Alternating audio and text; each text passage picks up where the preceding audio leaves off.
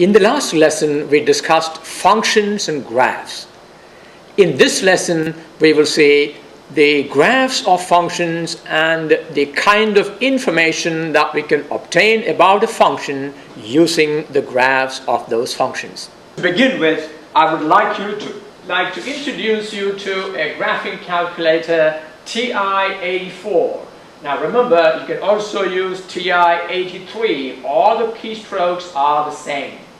To graph a function, we click on y equal to and type in the function as is shown here and set the window. I've got the window set. You can actually change all those numbers. I'm sure you are familiar with this. And graph the function.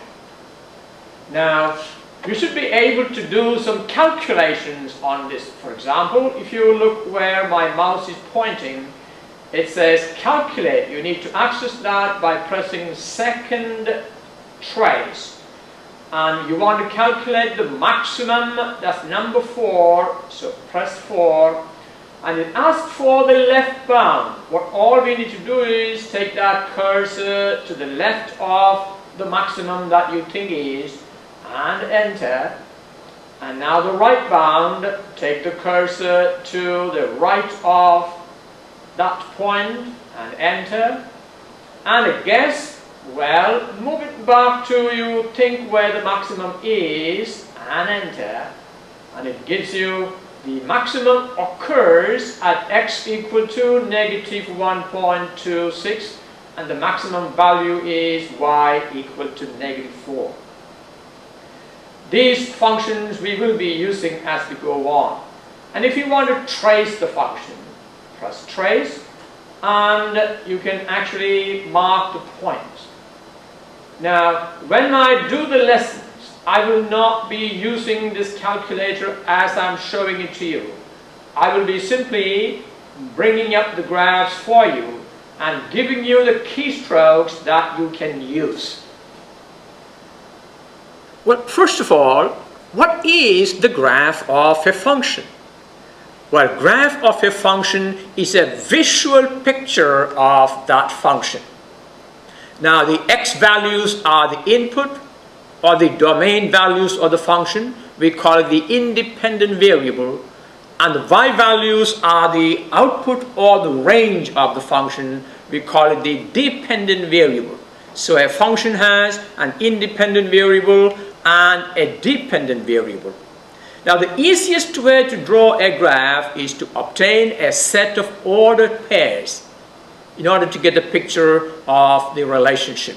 Now I'm going to show you how we can use the TI-83 or TI-84 to generate a set of ordered pairs.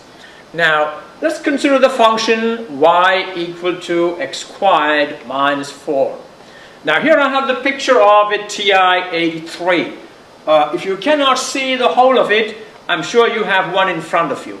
Now press y equal to and enter the function x squared minus 4. Remember, the key for entering the variable is this. When you press that key, it will give you the variable x. Now press second window,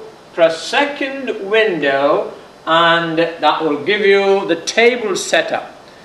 Type in table starts -3 and delta table 1. The increment that you want is 1.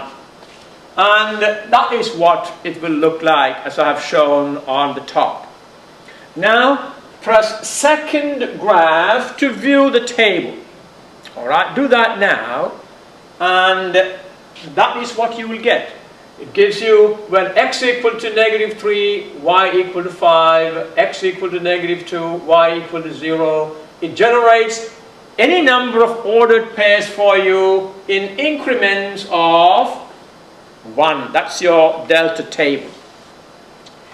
Now, let's pick the ordered pairs and make a table. Now, here I have the table of the ordered pairs. Now, what I need to do is we mark these ordered pairs on a coordinate system. Let's do that. Here I have the coordinate system. You know how to mark these points on the coordinate system. -3, 5 will be that point. -2, 0 is this point. -1, -3 is here. 0, -4 will be over here. Our next point is 1, -3, that's over here. There you go. Then 2, 0, there you are. And 3, 5. We have marked all the ordered pairs, and what all now we need to do is to draw a fitting curve that takes care of all those points. So you have a graph very easily done by obtaining the ordered pairs. Alright, now set the window as shown in the graph function on your calculator. Set this window and draw the graph on the calculator. It will draw the same graph for you. Alright, what is the domain of this function? The domain of this function, you notice there is no break in the graph anywhere. There are no restricted values for input. Therefore, the domain consists of all real numbers. How about the range? The range, you can see the minimum value of the output is -4. There are no outputs below -4. You can have any outputs from -4 to infinity. Therefore, the range is -4 to infinity, including -4. Alright. Now, intercepts of a graph are very important when you want to draw a graph. What are intercepts? What are the points where the graph cut the x-axis and y-axis? Now, you should know that a point where the graph cuts the x-axis, the y value is 0. A point where the graph cuts the y-axis, the x value is 0. So, points where the graph of a function cuts the x-axis as the x-intercept. And how do you find the x-intercept?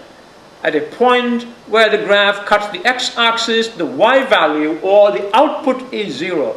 So, set f of x equal to 0 and solve for x. That's how you get the x-intercept.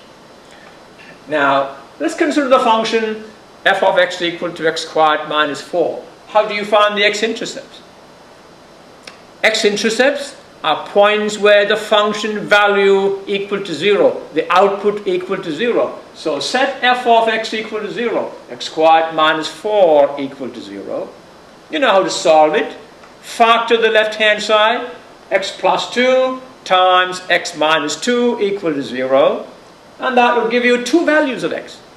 X equal to 2 and x equal to -2.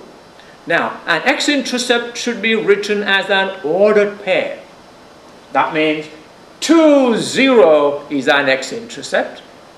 -2, 0 is also an x-intercept. So this is how you write the x-intercept. Now, when you draw the graph, you can see that's the -2, 0, and you have 2, 0 as the x-intercept. How about the y-intercept? Y-intercept is the point where the graph cut the y-axis, and any point on the y-axis, x value is 0. So you set x equal to 0, or find the value of the function when the input is 0. In other words, y-intercept is f of 0. Now, what is f of 0 in this case? When x equal to 0, f of 0 will be 0 minus 4. That is -4.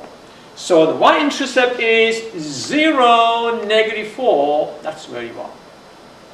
And intercepts are very useful when you want to draw the graph of a function.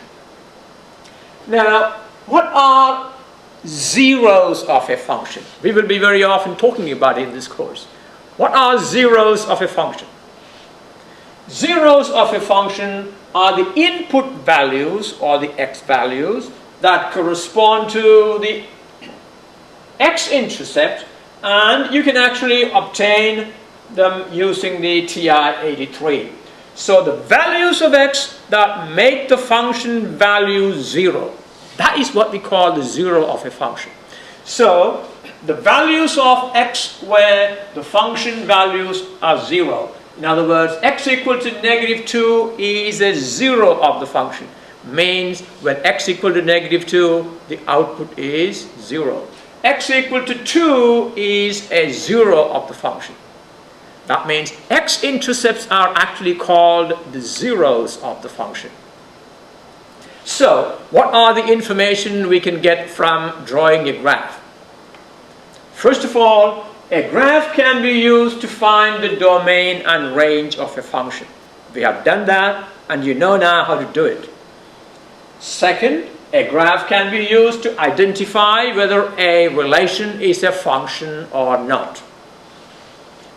Third, a graph can be used to find the maximum and minimum values of a function. We will do that, and I will show it to you how we can do it graphically. A graph can be used to find the intervals where a function is increasing or decreasing. All these things we will practice today. Alright, let's do this simple problem. Find the domain and range of the function whose graph is given on the right. Now look at the graph. Tell me, what is the domain of this graph? If you look here, the graph has no break anywhere. That means there are no inputs that are not allowed. So the domain is all reals, namely -infinity to +infinity. And what is the range? If you look here, the maximum output is 6. There are no outputs which are greater than 6. That means you can have all outputs from all the way to -infinity to 6. So the range is -infinity to 6, 6 included. Alright, how about this graph? You have another graph here. Tell me what is the domain of this graph. I want you to watch the circle there. What does the circle tell you? There is a closed circle there. So a closed circle means that x value is included in the domain. So the domain is from -5 to infinity. There are no inputs that are less than -5. So the domain here is -5 to infinity. How about the range? If you look at this graph carefully, you can see -3 is the minimum output. There are no outputs less than -3. That means the range of this function contains only values from -3 and higher. So the range is -3 to infinity, -3 included. Now remember, we don't normally use bracket for infinity. It makes no sense because including or excluding infinity makes no sense. How about this? Find the domain and range of the function that is shown here. Now, here you have an open circle, a closed circle, an open circle at 3, a closed circle at 10, and a straight line. It means the domain does not include 3, but numbers that are greater than 3, but less than 10. How do you write it? The domain is from 3 to 10, excluding 3 and including 10. So we say output exists only for 3 less than x less than or equal to 10. 3 does not include in the domain. So we write domain is 3 to 10, watch the parenthesis for 3, not included. 10 included. And how about the range? You can see no matter what the input is, the output is always 5 actually. I have got in here 4. Well, my graph actually got shifted one place up. In here, the output is always 5. So the range is simply 5, not 4. How about the next one? Look at this graph and tell me what is the domain and range. If you look here, there is a break in the graph at x equal to 4. That means the domain of this function does not include 4, but all numbers from negative infinity to 4, 4 not included, and 4 to infinity, 4 not included. And you know how to write it. Negative infinity to 4, union 4 to infinity. How about the range? If you notice the green line, if you can actually see it, the function does not have an in or an output y equal to 1.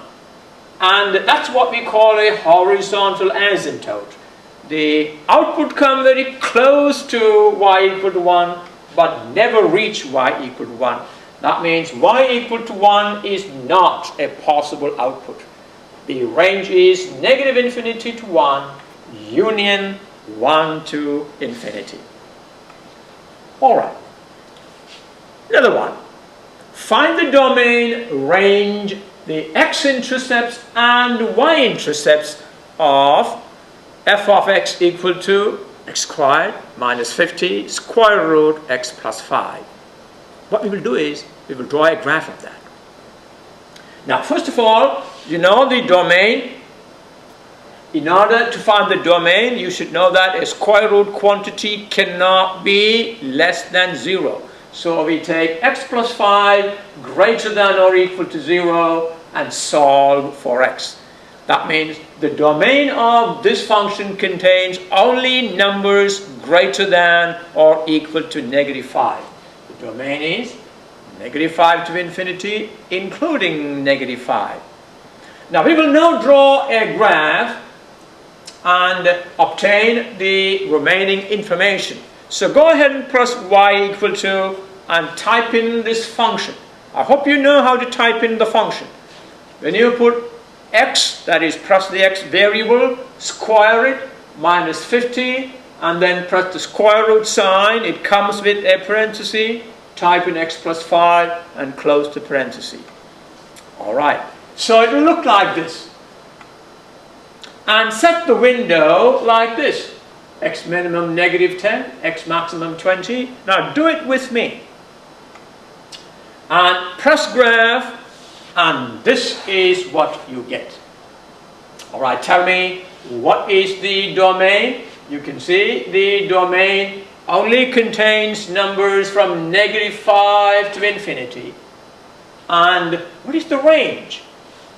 The range only contains numbers greater than this minimum. And if you can find that minimum, then you can find the range. But let's now find let's now find the intercepts. How do you find the x-intercept? Well, to find the x-intercept, press second trace 2.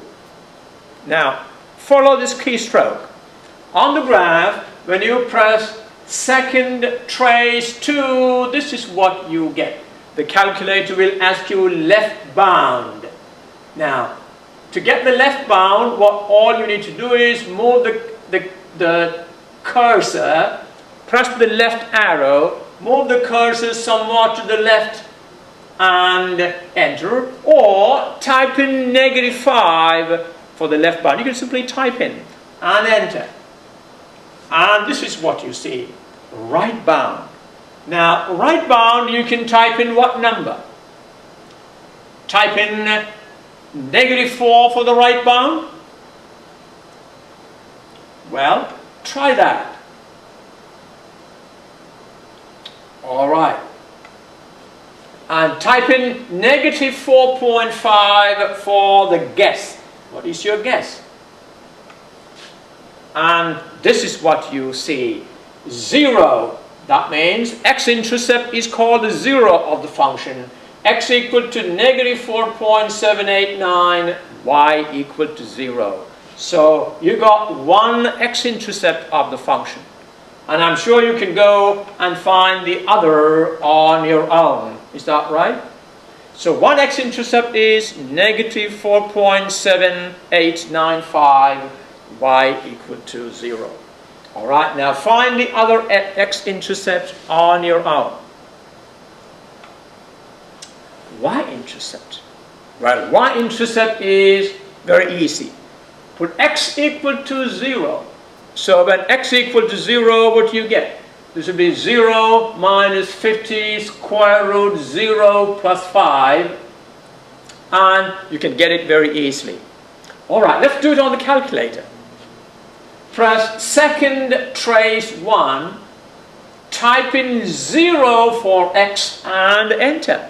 In other words, we want the calculator to tell you the value of the function when x equal to 0. So, second trace 1 and put x equal to 0, it gives you y equal to negative 111.80. That's right. So, how do you write the y-intercept? X equal to 0, y equal to this. That's how you write the y-intercept. Always write the x and y-intercept as an ordered pair. Now, how do you now find the range? Well, to find the range, we need to find the minimum value of the function. We need to find the value of the function somewhere here. That is the minimum. And let's do that on the calculator. I want you to follow the steps and try that on your own. Alright, to find the range, we find f minimum and use this. Press second trace 3. Alright? And this is what you find. The calculator will ask you for a left bound. Now, since the minimum occurs at x greater than 0, what you do is put 0 for the left bound. Left bound is an x value that the calculator needs that will be to the left of the minimum. So type in 0 and enter, and then it will ask you for the right bound. Well, right bound you can actually do it by moving the cursor. Use the right arrow on the calculator and move the cursor to the right of the minimum. Something like this. And then it will ask you for a guess. And how will you give the calculator your guess? Use the cursor and use the arrow, the left or right arrow, and move the cursor close to that minimum value. And then enter. The calculator will give you the minimum value. It says x equal to 4.1356, y equal to negative 134.0226. That is the minimum value of the function. There are no values, there are no outputs that are less than that. And therefore, the minimum, therefore what is the range? There are no values that are less than negative 134. So we say the range is negative 134 to infinity. Let's do another one. Find the relative minimum and maximum values of this function. Alright, let's first of all graph this function on the calculator. What do you do first? Press y equal to and type in this function on the calculator. And press window and type in the numbers as shown. X minimum negative 4, x maximum 4, and use these numbers. And press graph, and here you have a beautiful graph of this function. Now you want to find the minimum and maximum values. If you notice, this point where I'm pointing represents a minimum, and this represents a maximum. Alright, press second trace 3. Now what will that give you? Second trace 3, and move the cursor to left of the bend. In other words, press second trace 3 and you are looking for a maximum. Move the cursor slightly to the left and enter. And then it will ask you for a right bound. Now move the cursor slightly to the right and enter. Alright? So follow that sequence again. Press second trace 3. It will give you this window. And use your arrow key to move the cursor slightly to the left and enter. It will give you this. And then move the cursor to the right of the bend and enter. And it will ask you for a guess. Well, the guess, well, we are actually doing the minimum here. To find the guess, move the cursor to the bend, and it will give you the minimum value as x equal to 0.55, y equal to 1.353. Well, let's repeat this process for the maximum. What will that be? So the relative minimum occurs at x equal to 0.56 and y equal to 1.35. Input corresponding output. Okay, let's find the relative maximum of the function. Alright, second trace 4. So for the minimum, second trace 3. For the maximum, second trace 4. And you will get this window, and what you need to do is move the cursor to the left of the maximum and enter. And this is what you will get. That is the left bound.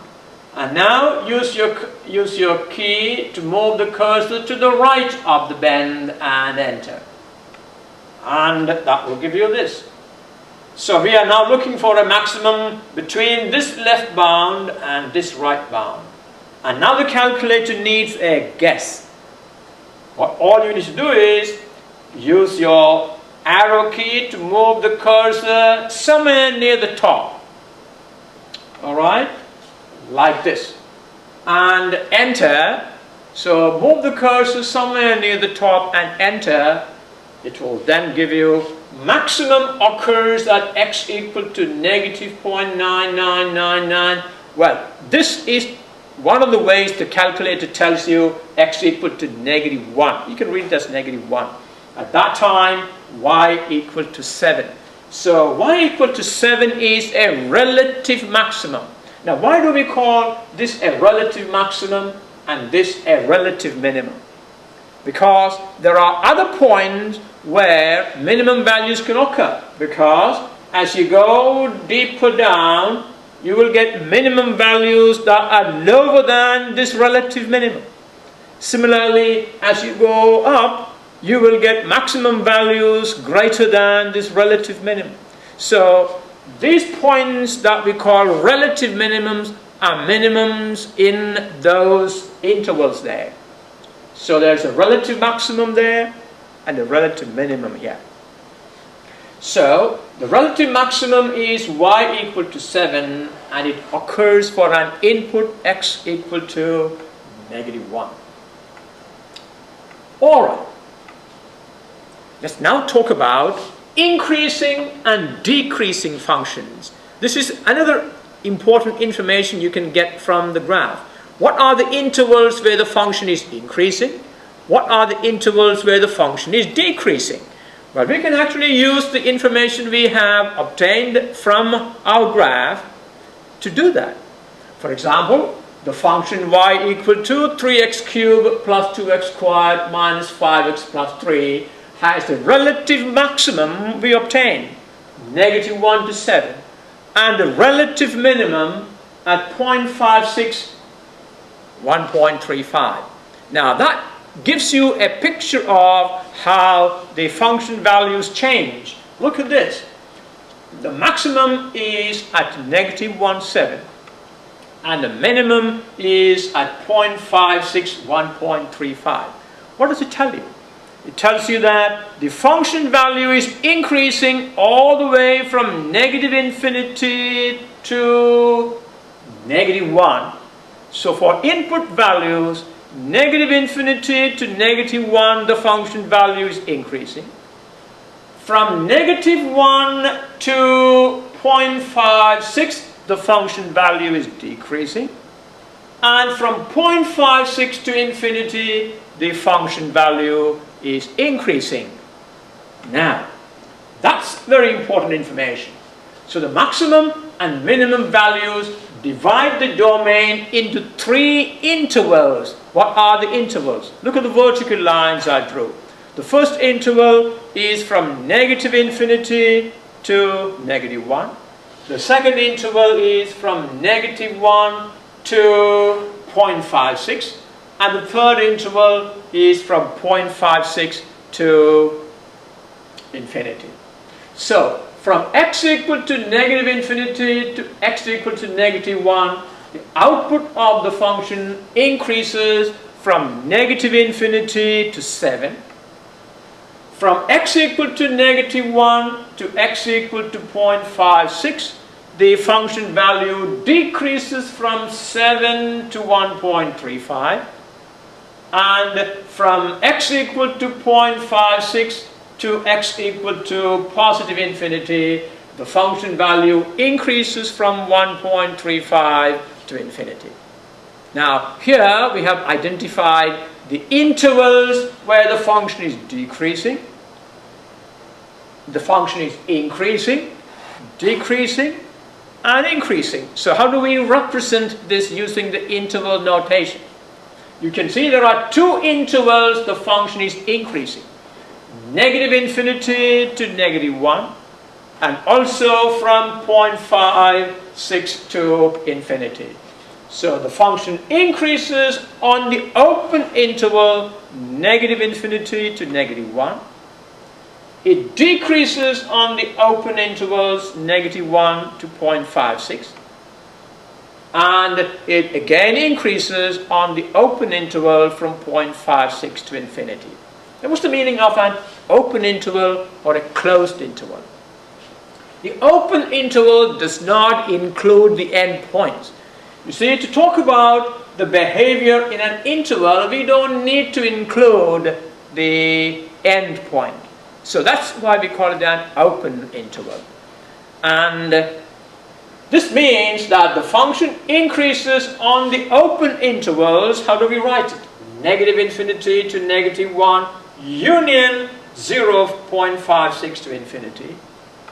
And it decreases on -1 to 0.56. Very important information and very useful information about the function.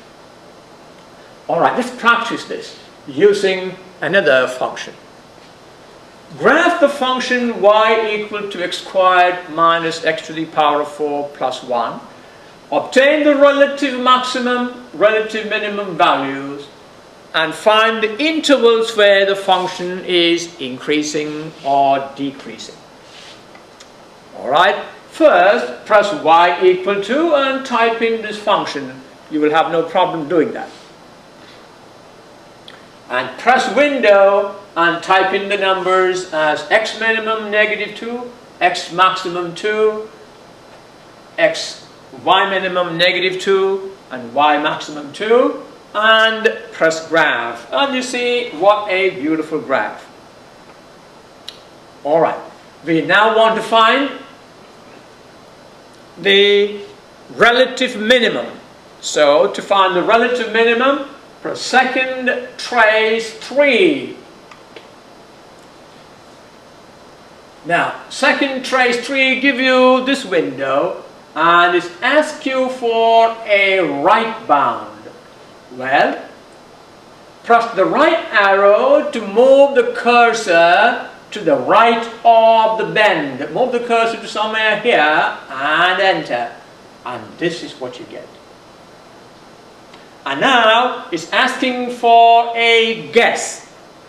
Well, move the cursor back to where you think the point is and enter. And there you got the minimum occurs at x equal to 0 and the minimum value is y equal to 1. So that is a relative minimum. And how do you write it? The relative minimum is 0, 1. At an input x equal to 0, the output 1 is a relative minimum. We call it a relative minimum because there are many other minimum values for the function for other input values. But this is a relative minimum because if you look to the left of that input, the function is increasing. To the right also, the function is increasing. Therefore, at x equal to 0, you have a relative minimum. Alright. Now, we need to find the relative maximum. Per second trace 4 for relative maximum. And this is what you get. You can see there are two relative maximums. So, we are on the left one. Now, we want to find, the calculator is asking for a right bound. That means you will now move the cursor to the right of the bend and enter. And that will give you this window. So you have the left bound and the right bound. You have a relative maximum between these two left and right bounds. How about the guess? Move the cursor to the middle of that bend and enter. And there you have the minimum. The minimum is x equal to negative 0.707 and the minimum value is y equal to 1.25. So not the minimum, I said it has to be the maximum. So the maximum output is y equal to 1.25 and it occurs for an input x equal to negative 0.707. This is one relative maximum. And can you now find the other relative maximum on your own? So repeat the steps for the right maximum, second trace 4, and do that on your own to find the second relative maximum.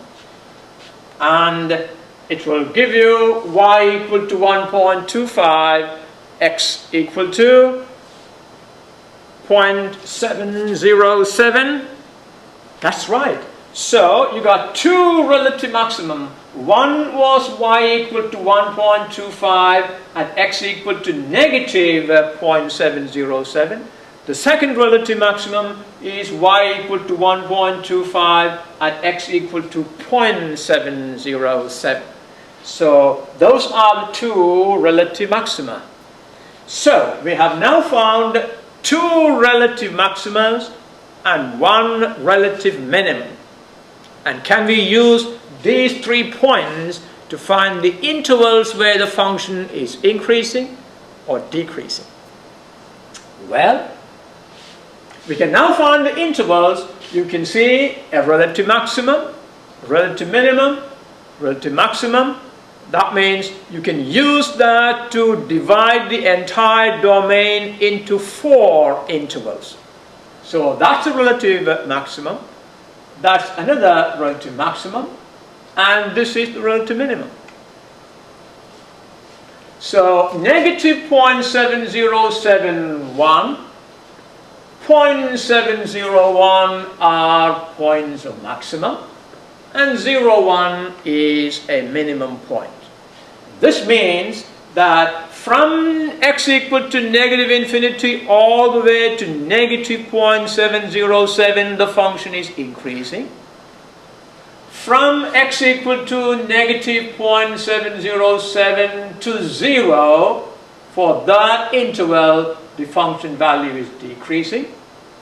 From x equal to 1 to x equal to 0.707, the function is increasing. And from x equal to 0.707 to infinity, the function is decreasing. There you are. All right? Go through and look at these 4 intervals and study the behavior of the function. And then how do you write the total intervals where the function is increasing or decreasing? Look at this. The function increases in 2 intervals. It increases from negative infinity to negative 0.07 union 0.707 to, well, the function increases from negative infinity to 0.707, also increases from 0 to 0.707. That's the interval where the function is increasing. And the function is decreasing from negative 0.707 to 0 and from 0.707 to infinity. Those are the intervals where the function is increasing, and here is the function decreasing. All right?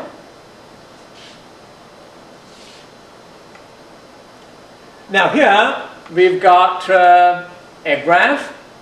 The graph of f of x is shown here with a relative maximum at -2, 21, a relative minimum 1, -6. There is a point marked on the graph that is 2, 5. Now, the first question, find f of -2. What is the output of the function when the input is -2? You can see when the input is -2, the output is 21. Therefore, f of -2 is 21. Find f of 2. What is the output of the function when the input is 2? When the input is 2, the output is 5.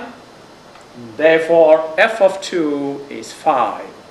So you must also learn to use the terms independent variable and dependent variable. When the independent variable is -2, the value of the dependent variable is 21. Input variable, output variable. What input gives a relative maximum value of the function? What input gives you a relative maximum? You can see the relative maximum is here at point -2, 21. And it happens at an input of -2. So, what input gives a relative maximum? The input is -2. And what is the relative maximum? The relative maximum is 21. So, -2, 21 is a relative maximum, and the input of that corresponds to x equal to -2, and the maximum value at that input is y equal to 21. You must understand these concepts very well before we move on. Number 4, what input gives a relative minimum? That's a relative minimum there, and the input correspond to x equal to 1, and the relative minimum there is y equal to -6. So the input for the relative minimum is x equal to 1, and that input gives you a relative minimum value of y equal to -6. What is the domain of this function? And if you look at the graph, is there any break in the graph? No, that means all inputs are possible. So the domain is from -infinity to +infinity. What is the range of the function? Again, if you notice, the range can be anywhere from -infinity to +infinity. The function increases from -infinity to 21. Then decreases from 21 to -6, and then increases from -6 all the way to infinity. So the range is also -infinity to +infinity. All right, let's look at another question. A function f of x is continuous on negative 5, 5, with f of negative 5 equal to negative 4, f of 1 equal to 3, and f of 5 equal to negative 2. Make a possible sketch of f of x. Now remember, these are ordered pairs. When the input is negative 5, the output is negative 4. So negative 5, negative 4 is an ordered pair. F of 1 equal to 3 means when the input is 1, the output is 3. 1, 3 is an ordered pair. F of 5 equal to negative 2 means input is 5, output is negative 2. How many times does the graph cross the x-axis? Well, let's mark these ordered pairs. The given ordered pairs are negative 5, negative 4, 1, 3, and 5, 2. All right, let's mark it. Negative 5, negative 4 is here. There you are. 1, 3 is this one. And 5, negative 2 is over here. Well, one possible way this graph can go is, if you follow my marker, it increases from negative infinity, say, up to x equal 1, and it could decrease. Well, it need not stop increasing there, but we don't know. But this tells you that it has to cross the x-axis at least at 2 places. Is that right? So the position of these ordered pairs indicate that the graph must cross the x-axis at least at 2 places. Now, is it possible that it could cross more than 2 places? Yes, it could probably. For example, it could come here, reach a maximum, and then reduce, get a minimum, and then it could go on. It could have more than 2 points where it crosses the x-axis, but at least it must cross at 2 points. All right. Okay. Well, I have given you another possible way it could cross the x-axis at 4 times. All right. Another one. The profit in dollars from the sale of X computers is given by P of X equal to 38X minus 0.035X squared minus 4,000. This is called a profit function. The input are the number of items sold. Now find the number of computers that must be sold, in other words, find the value of X, to maximize the profit. What is the maximum profit? There's nothing new apart from what we already learned so far to find the relative maximum and relative minimum. We first obtain the graph of this function on TI-83. All right, type in press y equal to and type in 38x minus 0.0535x squared minus 4,000. And you need a window for that. Choose this window. X minimum can be 0. X maximum is 1,000. We will assume that the number of computers, a maximum value of 1,000. And Y minimum 0, Y maximum 7,000. And press graph and look at the graph there. What you see is that as the number of computers that are sold increases, as X increases, the profit increases, but it reaches a maximum, and any more computers sold above that will not increase the profit. The profit now decreases. But then you will say, is it worth selling any more computers? Well, we are still making a profit, but the maximum profit occurs for a particular value of X. So we will now use the skill we developed to find that relative maximum. So find P max. What is the profit that is maximum, and at what input does that happen? Alright, what are the steps that we use to find the maximum value of a graph? Well, first press second trace 4 and then give a left bound. That means move the cursor to the left of the maximum and enter. Then move the cursor to the right of the maximum and enter. And to use a guess value, move the cursor back to the bend and enter. And this is what you will get. The maximum occurs for this x value, and the maximum value of the output is this. Alright, what is that? The maximum profit occurs when 543 computers are sold. 542.85. But you can't sell 0.85 computers, so you've got to make it a whole number. So maximum profit occurs for x equal to 543 computers. And that maximum profit value is $6,314. Alright, that's a very simple problem. Let's now talk about what is called piecewise function. What is the meaning of piecewise function? Now, sometimes a function is defined by more than one equation.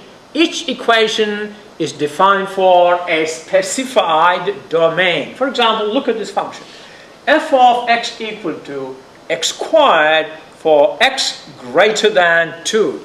That means all x values, that for all x values greater than 2, the function is f of x equal to x squared. But for any x value that is less than or equal to 2, the function is f of x equal to 2x plus 4. Now that means this function is defined into two pieces.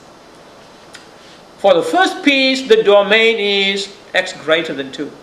And then the output is given by f of x equal to x squared. For the second piece, the domain is x less than or equal to 2. And for that piece, the output is 2x plus 4. Now, this is a piecewise function. In order to find f of 3, if I ask you to find f of 3, which of these two pieces will you use? F of 3, the input is 3, that means it is the upper piece for x greater than 2. So what is f of 3? F of 3 will be 3 squared. That's right. Now, how about this? To find f of 1, if you want to find f of 1, which piece will you use? X equal to 1 is here, x less than or equal to 2. Therefore, to find f of 1, you need to put x equal to 1 in this piece.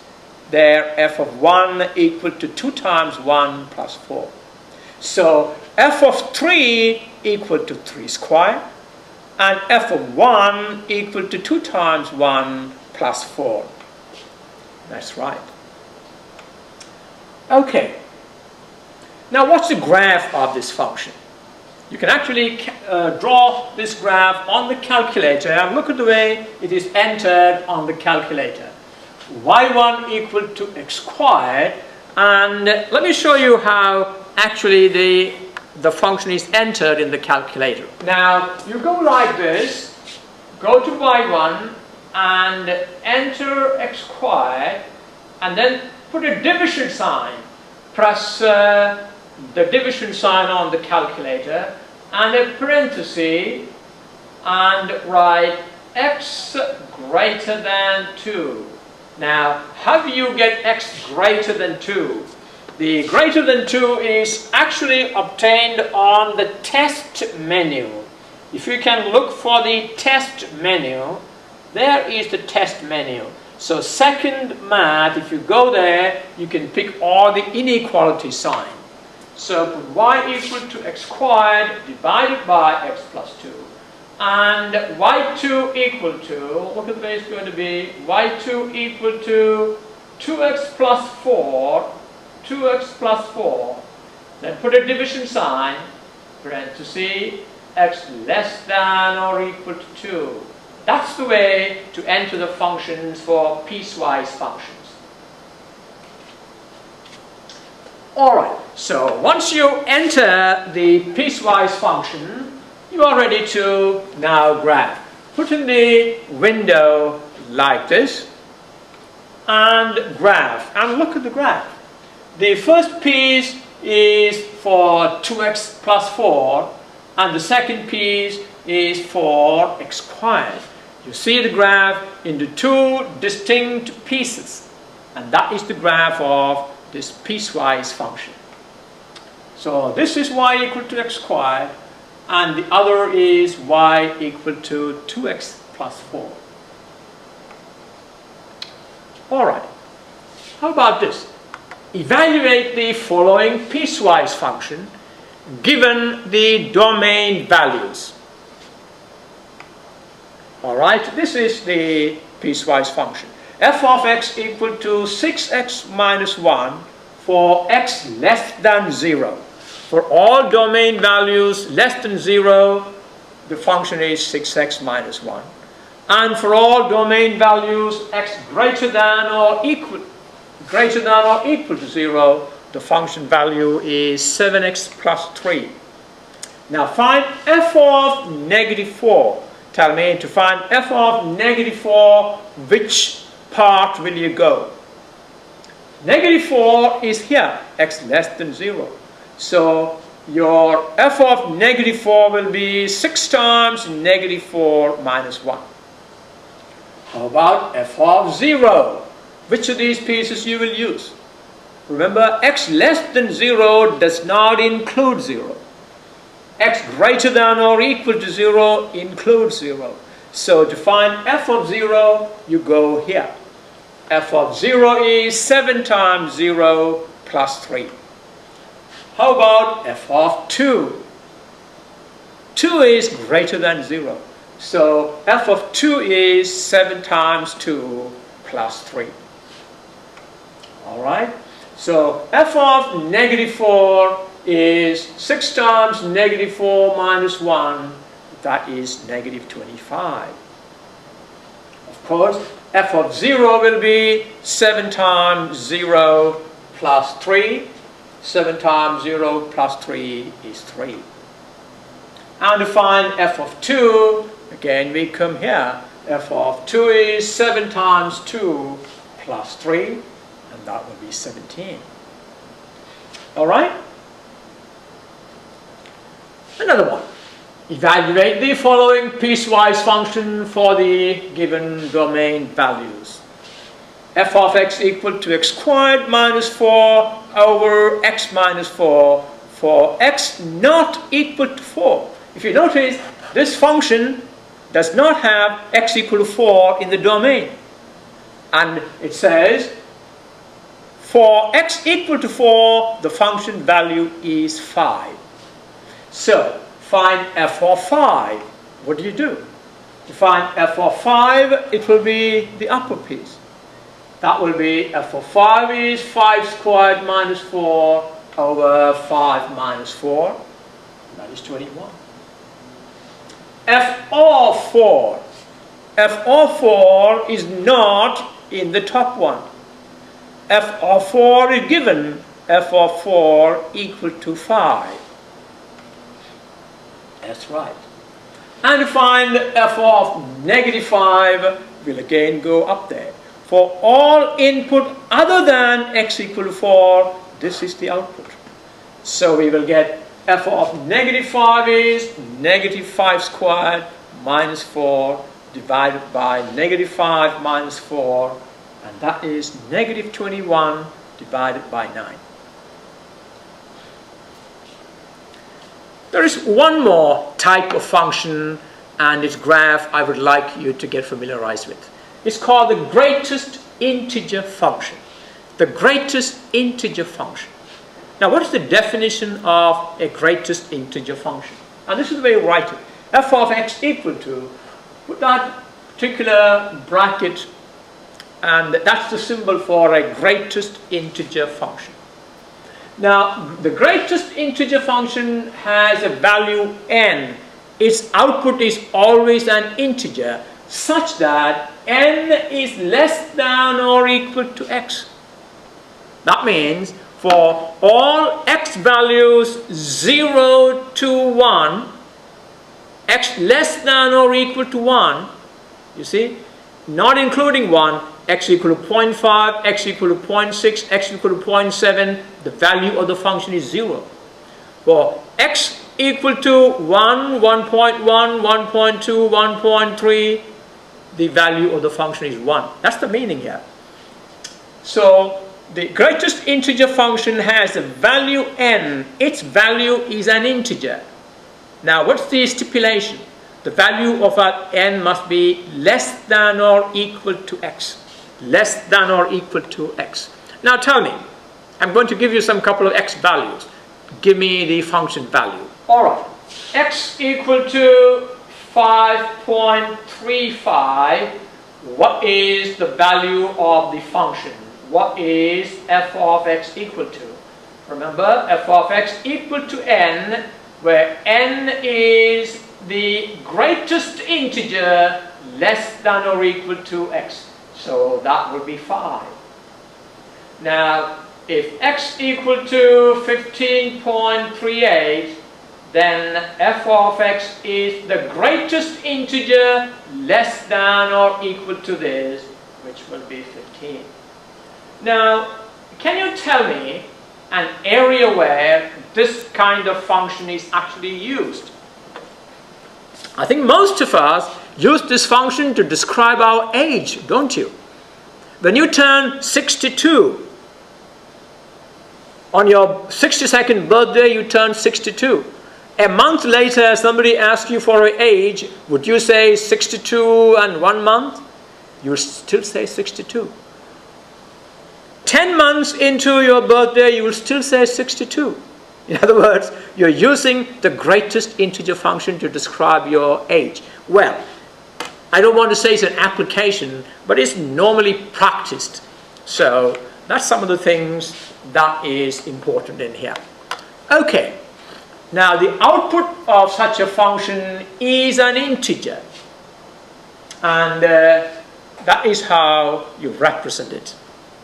It's the largest integer less than or equal to x. When x equal to 3.9, the output y equal to 3. For all input between 0 and 1, you can say 0 less than or equal to x less than 1, the output is 0. For any value of x from 0 to 1, 1 not included, the output is 0. Now, if you want to draw a graph, if x equal to 1, x equal to 2, and so on, x equal to -1, how does the graph look like? Now, from x equal to 0 to 1, remember x is 0 included, 1 not included, the output is 0. You can see that's the graph for that part. For all input between x equal to 1 and 2, that is 1 less than or equal to x less than 2, means 1 is included, 2 is not included. What is the value of function there? The output is 1. So your graph will be for 1 included, 2 not included, the output is that graph. Alright? For all input between -1 and 0, that is -1 less than or equal to x less than 0, what will be the output? The output will be -1. So how will we draw the graph? Here, -1 included, 0 not included, this is the graph. For all these x values, the output is -1. For all these x values, the output is 0. and for all these x values the output is 1. So look at that beautiful graph. Similarly, for all output between -2 and -1, -2 less than or equal to x, less than -1, the output is -2, and we can draw that over here. The output is -2 for all x values between -2 and -1. So the greatest integer function is a piecewise defined function, isn't it? It's piecewise defined function with its domain -infinity to infinity. The input can be any value from -infinity to infinity, but how about the range? The range contains only integers. It doesn't contain any number in between. All right. Can you plot the graph of f of x equal to the greatest integer function x? All right, let's do that on the calculator.